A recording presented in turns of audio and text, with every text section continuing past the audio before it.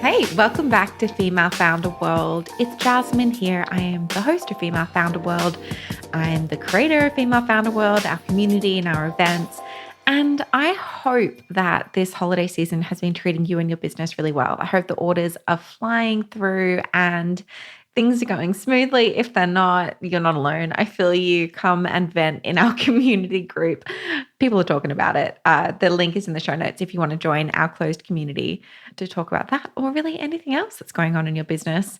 Today, I'm chatting with Jess Hatzis. She's another Aussie. She's based out of Melbourne and she's the co-founder of Frank Body and also a creative agency called Willow and Blake. But I think you'll know her best for Frank. They really took off kind of in the early days of Instagram. They became one of the first brands to adopt just this really like conversational, character-driven tone on social media and to leverage social media as a way to build an audience and launch a company. She talks a lot about, how they got traction in the early days of Frank Body and then how things have kind of shifted now that they are a really serious beauty company. They've a massive player in the body care space. I read that they're on track to do 100 million in annual revenue. They are not just like a little social media brand anymore.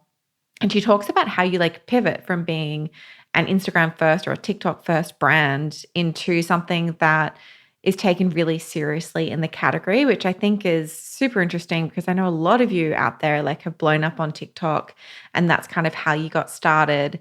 And now maybe you want to be stocked in Sephora or Ulta, and how do you kind of get that credibility?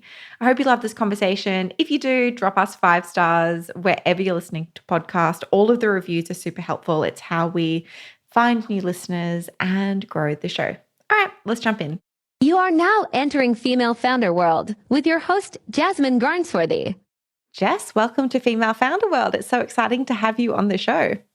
Thanks for having me. It's been a long time coming, this chat. I'm excited. I know. I feel like I've been following what you guys have been doing forever, ever since Frank Body first launched back in, 2013? Yeah. It'll be 10 years next year. It's terrifying and amazing all at once. That is amazing. Okay, so for people who don't know your story and what you're working on, introduce us to your businesses and what it is that you've been building. Yeah, so my first business that I'd love to talk about is Willow and Blake. It's a creative and branding agency, and it was actually what we created first before we built Frank Body. So I'm a copywriter by trade, and so is my business partner, Bree. And we launched Willow and Blake, I want to say about 12, 13 years ago, with the idea of just trying to create refreshing and original tone of voices for brands because it was very stale. It's not like what you see now. There's so many amazing creatively led brands out there, but flashback 10, 15 years ago, and it was really stale, driven a lot by a very corporate language that wasn't very customer centric. For us, it just made sense to speak to the consumer in a more down to earth and tangible way. Doesn't mean it always needs to be like quirky and fun. It just needs to be a little bit more relatable and less about the company and more about the end consumer or reader. So we launched Willow, and over the last decade have grown that into a full service branding agency, and that's our specialty. We build brands from the ground up. And we were working with a lot of clients who came to us for that, refreshing voice and a new take on a brand, and then they were scared by the ideas, and so we were always diluting it back to this safe place that made them feel comfortable. And for us, that was never the best version of the brand to put out in the world. So we were having this chat amongst ourselves around, well, what if we had full creative control over a brand and we could really disrupt an industry and do something that people hadn't seen before? And at the same time, we were talking with our other people who would eventually become our co-founders in Frank Body, Steve and Alex, and we were trying to come up with a product idea that we could work through e-com and use social. We had all these ideas that we wanted to bring together. And again, I need to frame this it's 2012 when we're having these conversations, and brands on social media didn't exist. So we thought Instagram was barely even a thing at this point. Yeah, it was just launching. We thought there's this awesome platform here where it's peer-to-peer communication. What if we could talk to potential customers as a brand on this platform? We were really interested in health and wellness, and we're making a lot of I guess, clean swaps, for lack of a better term, in our own lives. And it was Steve, one of my co-founders, who came up with the idea for the original coffee scrub, which was what put Frank Body on the map. So we just started mixing everything by hand. It was that really, like kind of cliche startup story. We were in a little warehouse, it was freezing, and we had a cement mixer called Frank the Tank, and all of our friends came to help hack it. We're working our day jobs and then working all night to try and get Frank off the ground. And we were building up a social following in the background for this product that hadn't launched yet. We thought it's better to launch to an audience of people that are interested in this content that we're creating. Which is quite a visionary move at the time, can I just say? Like, now it's common practice to build an audience before, but I feel like that you guys were really early on that. I think it was that new generation of branding people and marketers coming through. We were in our early 20s at the time. So, it was really the start of anyone from our generation, we're the elder millennials, coming into the workforce, trying to disrupt the way that brands had done things. So for us, it just made sense. Like, instead of launching this product and talking into the abyss, let's build a community. They didn't know what we were going to launch, but we would curate a community through content that was related to what our product was going to be. And we launched that in June 2013 and had no idea what to expect. And it just immediately took off because I think the product was like nothing that people had seen before. We were really sick of buying crappy body scrubs with microbeads in the supermarket that didn't do anything. We wanted something that felt quite abrasive and you actually immediately felt the results of it. And we wanted to create a voice that people could relate to. So it was a lot at the start, from the physical manufacturing of the product to the 24-hour social media schedule that we had ourselves on, because scheduling tools didn't exist yet. And we were doing all the customer service and everything ourselves. And we had no idea that this product that we created was going to take off in the way it did to such a global audience. And so fast forward, 10 years, and we sit in an office in Melbourne with our two teams for Willow and Blake and Frank Body together. There's 50 odd people in that room, and it was just the five of us in the beginning. It's pretty amazing.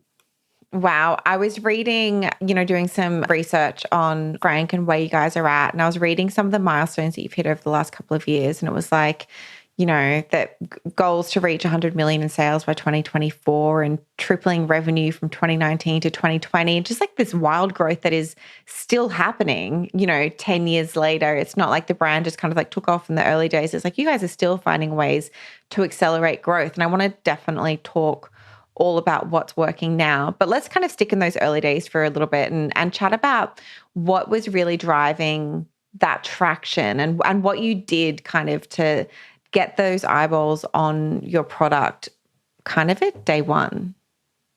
Yeah, it was really hands-on.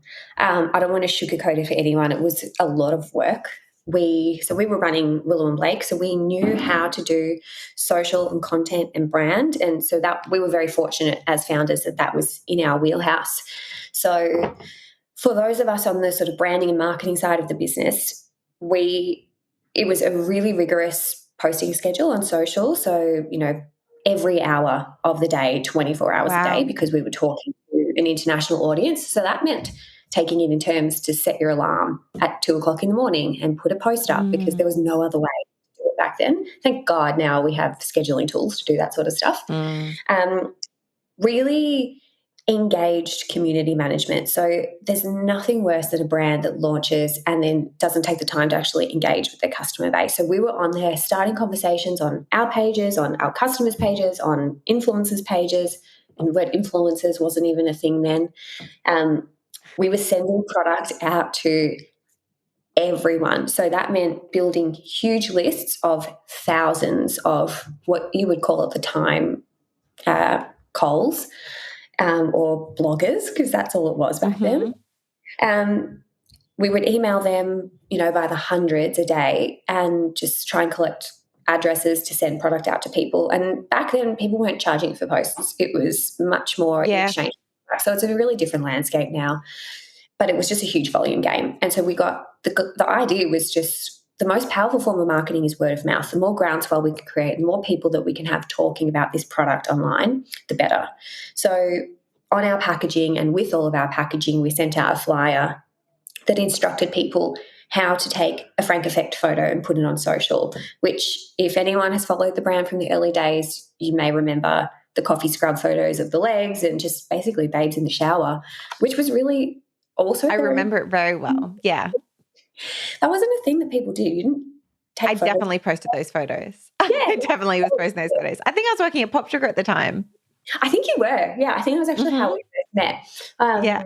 So, that wasn't very normal to take photos of your products that you were using in the bathroom and publicize it to the world. But we wanted to create this sense of community, not even a sense of like an actual community where people could, be part of something that was really bold. And I liked that our brand, there's a lot of sexual innuendo in our brand. We wanted to be like that because I don't like this idea that women are shamed for being sexual beings. Like we are. So that sort of language has been part of our brand since day one because there's nothing shameful about it. It's fun. It's such a big part of our nature and who we are as women or however you identify.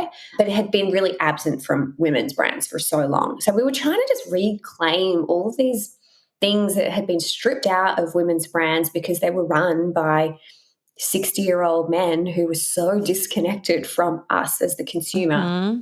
So, I think it was all of these elements combined that really meant that it got traction in the early days.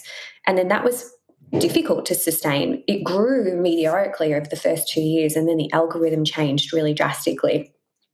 And we realized how much we had our eggs in one basket, and Instagram was so pivotal to our business. But if that stopped working, we were in a lot of trouble. And that was a really big sort of inflection point for us, looking at, okay, how do we diversify not only our marketing streams, but our distribution channels? And that was really when we started to talk about things like moving into retail and how do we reposition the brand as not just that coffee scrub brand on Instagram and actually be considered a really serious player in the beauty industry. And so that was the driving force behind all the decisions we made in the years after that. So is that why then you kind of layered in all of these other products? Because you have the full like body care and face care line now. You're definitely more of a 360 beauty brand than just that kind of like hero product. I still think like OG fans will know Frank Body for the scrub, and that's kind of like the first thing you think of. But you have all of these other great products now as well. Was that kind of influenced by that strategy? Is that why you went that way? Very much so. I noticed a lot when we were talking to journalists in particular that the take of the brand was like, oh, you're that brand from Instagram. And it wasn't meant in anything other than an observant way. But in my mind, yes, it was great that people knew us from social, but we all wanted us to be recognized as that brand that really changed people's skin because the product was very efficacious. So everything that we created thereafter had to really deliver a result for an affordable price. So how do you take a brand from being perceived as this social media brand to a really credible beauty player? You just continue to make really good products, and whether it's right for your brand or not, you look at partnering with retailers who add a lot of credibility. So that was why we first partnered with Mecca Beauty here in Australia. That made sense for us. If we were going to go anywhere in retail, it was to Mecca because they were or are the premium beauty retailer in Australia. And so that was the first retail partnership that we did. And that was a really important point, sort of repositioning who we were as a brand. And now we look at ourselves as high performance body care. So even though we have facial skincare, it's not the primary focus of the brand. We focus on body care that is really innovative, delivers great results for things like body acne, KP, there's pesky skin conditions that we all get from time to time, but without having to pay $100 for a body scrub because it's just insane what some brands are charging. We wanted something that was affordable, really good quality, and gave people a result. So that's how we continue to build out the portfolio now. I think like a lot of brands are probably in this position now that have come up through TikTok in like 2020. We see all of these beauty brands that just like exploded on TikTok, and now they're kind of a TikTok beauty brand. And how do they then move out of that and try and get into a Sephora or an Ulta or one of these partners and actually be known for their formulations and not just kind of like as a trendy platform driven platform driven brand. So I actually feel like what you're saying, even though you've done this in like the Instagram era, it's so relevant for people who have come up over the last couple of years using that channel. And okay, how do we get taken a little bit more seriously in this category? Yeah, it's tough because it's such a double-edged sword, social, because it propels you out into the world and puts you in front of all of these people. But then, yeah, you're exactly top brands are subject to the same sort of skepticism that we were as an Instagram brand. And I think you need to use the tool to your advantage because a lot of big retailers don't know how to do digital well, even now. Yep. So it's your strength when you're going in there talking to them about this, potentially younger Gen Z audience that you have such a great relationship with, taking that into negotiations with, retailers in the example of a product-based business is gold. You can't hang your entire hat on that though. You still have to have really good products and good consumer feedback. So I think looking at things like your net promoter score and your reviews and ensuring that they are really top notch and looking at how you integrate them more into your marketing mix is really important too. I want to understand how you have been kind of funding the business as it's been growing. I read that you guys started, super bootstrapped. You had like $10,000. What did that go to? And then how do you get from $10,000 to building literally one of the biggest beauty empires in Australia now? We did everything we possibly could ourselves. I think that by nature, people can be really lazy and they think, I don't know how to do that. Everything is a Google search away. Like, not every single thing you need to know, you can learn via Google. The silliest things like, how do you print shipping labels? Like, if you look back in our Google search, you'll find that. How do you start a logistics, or how do you find a 3PL in Los Angeles? Because we were expanding into the US. We just asked all of the questions. That money initially went to the ingredients for the original coffee scrub, a little bit of money on a developer for the first website, which is hilarious when I think back to what it looked like in my mind. Some legal fees, for setting up the entity and all that kind of stuff. So it was really, really bootstrapped. And then we just did everything. We didn't hire people. We just took on every role within the company ourselves because I think money can make people really lazy. And then we just start outsourcing everything. And I think there's something really nice about knowing the ins and outs of every corner of your business before you grow it. And then you learn your weak spots. And when you can afford to hire the right people, you do, and they can take on these elements of the roles that you're not so good at. So we did that for years, and we were really fortunate that right place, right time, right idea. So it grew quickly and we had money coming in to reinvest into the business. And it was about, my timeline could be murky here, but I want to say 5 years in where we first took outside capital. We'd been exploring it for several years because I always say like the private equity sharks were circling when we launched. And you have to be really careful who you get into bed with. There are some incredible, kind and smart people, and then there are some really ruthless people in that industry too. So you have to be really clever and be clear with what you want from any capital that you bring in. We knew we needed strategic capital. We didn't need money, essentially, because we had money. We needed someone who had done this before and who would be there to help us understand our blind spots, to help us see our mistakes before we made them. So that was why we honed in on really strategic partners. So think big beauty conglomerates. Unilever Ventures became our first non-founding board member and joined the company in 2017 potentially. 3 or 4 years later, we raised capital again from a private equity company in China because we were expanding into the region. We knew we weren't capable of doing that well ourselves. We needed a partner that could help us localize, and we had waited so long to go into China because we were never going to go into the market when there were animal testing regulations. And finally, those laws changed, which enabled us to operate in the region. And so they helped us by bringing a local knowledge, helping us set up localized operations in China. And we still work day to day with that team, but we have this sort of sounding board on our board who have decades of experience between them on operating beauty brands in the region. And so that's the extent of the capital that we've raised, just two rounds. And yeah, it's I think it's really interesting how much having that sort of money and investment in the business changes things, because you go from not really being accountable to anybody to being highly accountable for potentially millions or tens of millions of dollars. Mm-hmm. And that's a lot for a young founding team who are somewhat inexperienced outside of their own business.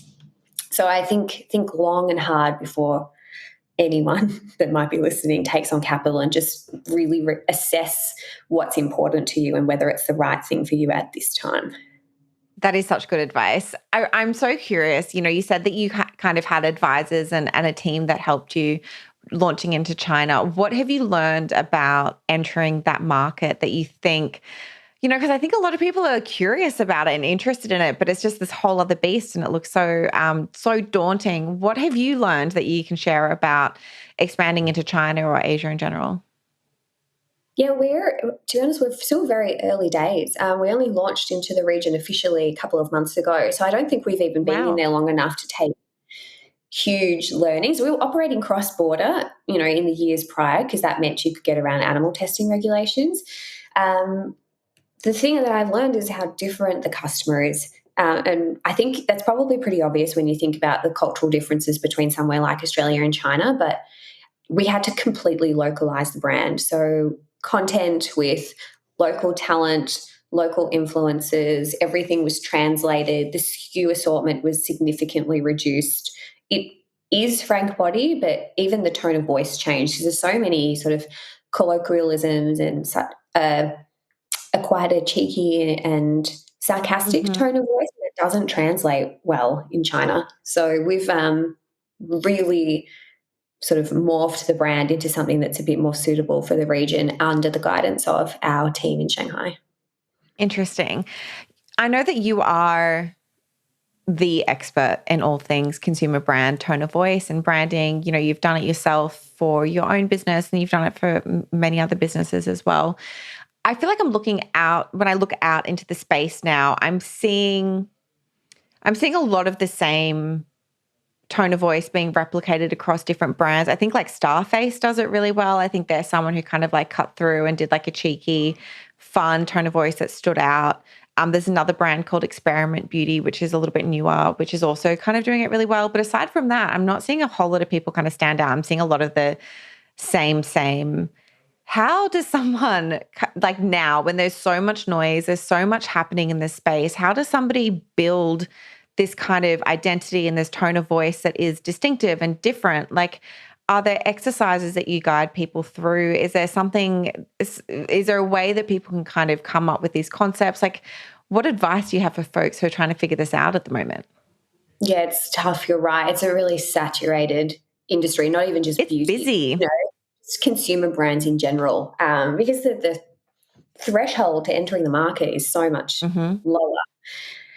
Which I think is a great thing, because it's really democratized the space, and you have founders of, a lot of women and people of color who were historically really blocked from entering the market, able to get in there. What I see as the biggest mistake is brands, and they still do it. They come to us at Willow and Blake and say, "How I love what you did at Frank," or "I love what you did at Briogeo," or any of these other brands. Can we replicate that? It's death Mm. by copying. Really, it's Yep. consumers are smart. I think the biggest mistake people make is underestimating. If you know that brand and you think they're great, chances are the customer base you're trying to tap Totally. into is already aware of them. Not every brand needs to be cheeky and fun. It actually just makes no sense for some brands. Um, yeah, it sounds like such sort of boring advice, but just don't try and replicate what other people have done. Really understand the target audience and the values of your brand. Why are you here? If you can't identify that, there's no foundation to build a brand off. And it was that foundation that allowed us to create the voice. We didn't just sort of wake up one day and be like, "Oh my God, like, what if we talked in first person and Frank was a character?" It was honesty and smarts and community. that was what we decided, okay, this is really important to us if we go ahead and build this brand. So what does that mean? How do we talk with people in a way that reflects those values? And so that's what we do that sort of stuff at Willow a lot with people. We help them unpack all of the ideas in their head, get it down on paper so that there's a really clear roadmap for who they are as a brand. So I think having it down on paper and it be every decision you make be based on what is right for the brand and not your personal opinion, even if you are the founder, it's really important not to get those two things mixed up. And that's where I see brands go astray, because the founder it's like watching a tennis match. They can't work out what direction they're going in. And they make decisions based on a whim and things that they see outside. And it's very difficult then when you bring people on, like they're like, what do I copy? Do I copy you or do I copy the brand guidelines? I can't work it out. So brand, always first. Yeah, that is that's really smart advice. And I also find, as someone who's like built my own brands, and I also find that you as the founder, your tastes, your tone of voice will evolve, and the business shouldn't be changing as your personal like tastes and tone and interests are changing. And that can be really hard when you're the person who's like driving all of the content. So having that really clear delineation between this is the business, this is me. Oh, 100%. I'm a completely different person to who I was. I'll be 37 in a few months. I am so different to who I was when I launched this brand, and so different to a consumer who's 20 years old. I'm nearly 17 years older than her. Yeah. So sometimes I'm like, I hate it, which means it's really right. Go and do it. I'm just at a different point in my life. I think a really interesting challenge as a marketer and someone in brand is to just create things that aren't for you and try to be selfless in your creation and create something that's of value to the person that you're trying to give it to. Not always easy, but it's the goal of what we're doing. No, absolutely.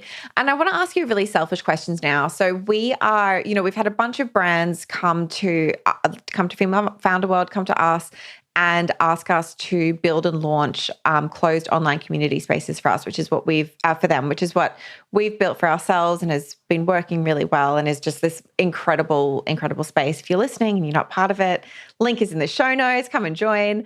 But I haven't launched an agency before. I haven't done this kind of work before. I've definitely freelanced and had kind of like, small projects and teams working with other brands, but not in the same kind of way that we're looking at doing it in 2023. After you've kind of scaled your own agency, what learnings or what advice do you have for me from someone who's about to kind of embark on this? Oh, yeah. Agency life is so different to product life. And there's good and bad sides of that. Yeah.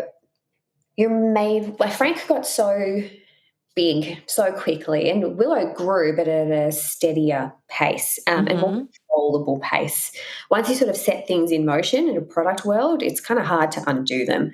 Willow, there is no business or an agency without great people. And if that's not the sort of reason that you make every decision that you make, then the agency is never going to succeed, whether it's yours or anyone who's listening who's thinking or already in agency and looking at how to scale it.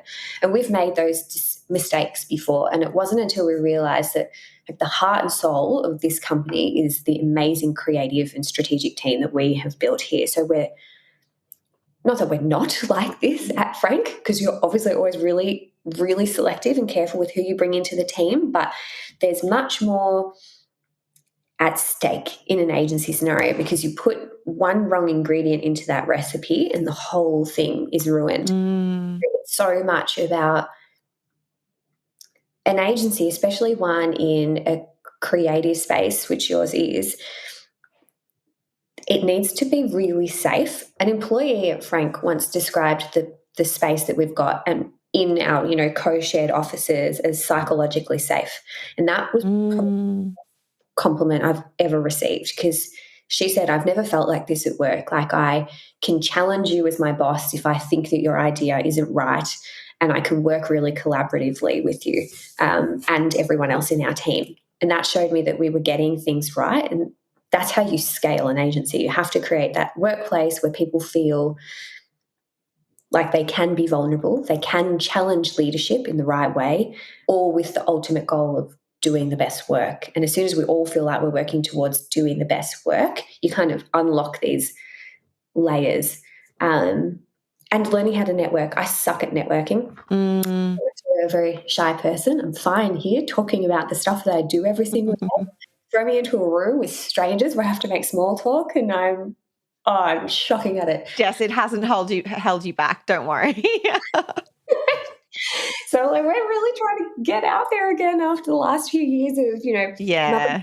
COVID, and just focusing on building our network so that we can, bring that sort of business development back into Willow. So yeah, my biggest piece of advice is just focus on the people. Great advice. And then the last thing I ask everyone who comes on the show is for a resource. It could be a book, a podcast, a habit, something that's been helping you as you've been kind of building your businesses and upscaling as a leader and an entrepreneur. I have to say I'm a podcast addict, and I have been for a really, really long time. So I love listening to other founders' stories. Listening to founders who are really different to you is quite important. So it's really lovely to listen to people that you can sort of have that really like relatable element to. Then I challenge myself to listen to experiences of people who've had a very different life to me, because they're going to teach me something. They're more likely to teach me something that I don't already know or I have never experienced. So we all have bias when we're selecting the things that we read or we listen to, and trying to acknowledge that about yourself, and make sure that you're, taking on the opinions of people that you wouldn't potentially usually, is a huge way to learn. And the other one, I did it on the couch this morning after I had a shocking night's sleep because I have insomnia. And I thought I could go into this day going, oh my God, I have to record a podcast. Oh my God, then I have to start somewhere. And I just went, no, fuck that. Like, I am going to have the best day. I am starting my day by talking to this amazing woman who I really admire. That's awesome. Then I'm going to have an hour on my own, which when you have a kid never happens, to listen to a podcast without it being interrupted by the Wiggles. So I was like, I just had to reframe the way I was approaching the day. And that is it was a really big part of my life. And I definitely felt like I lost it for quite a while over the last year or two. And I got into this very negative and limited mindset, and I'm trying very hard to focus back on things that, I'm a big believer in manifestation and positive mindset, and it left my life for a while, and so did all of the, I guess, riches, whether you think of them as monetary or for me they're more potentially spiritual, left my life too. And I thought, I need to get this back. This is controllable. Bring this mindset of abundance and happiness and health back into your life. It's a big part of what I'm trying to focus on at the moment. Not to get too woo-woo for anyone who's not interested in that space, but oh my God, I could do woo-woo all day. Are you like a Lacey Phillips to be magnetic girly? Do you get into that podcast in her courses? No, tell me all about I love it. Okay, I love it. So her whole thing is, she's like, I think she's trademarked the term neural manifestation. She works with someone who is a psychologist and has much more of a like scientific rooting than I think a lot of like manifestation coaches. And her whole framework is like, most manifestation coaching is super spiritual bypassy and doesn't actually, it's not super tangible about like taking actionable steps. And she does these programs around, doing a lot of shadow work, inner child work, and it's all around reprogramming your subconscious through these like hypnoses and journaling to figure out what it is what limiting beliefs you have that are holding you back, and really reprogram it at a subconscious level. I've been doing it for the last year, and like it has helped me with so much. And if you're someone who's into that space, it's like $20 a month. The podcast is free. It's so worth doing. I would love that. Or I'm going to annoy you to send me. I'll send you the link after this. Yeah, it's so good. It's so good. Oh my God, Jess, thank you so much for coming on the show. I'm such a fan of everything that you've built, and what a treat to have you on Female Founder World. Well, likewise. I really hope that this chat was helpful. and, maybe answered a question or two for anyone who was listening. But thank you so much for having me. I love having these types of talks and helping other founders or would-be founders. It's my favorite thing to do. Thanks for listening. Please remember to drop us a 5-star review, or if you're feeling like you really loved that episode, take a screenshot, share us to Instagram stories. We are at Female Founder World. I'm at Jasmine Garnsworthy, and we'll be sure to repost and say thank you. And just generally, you'll make our day. So pay it forward. All right, I'll chat to you next time. Bye.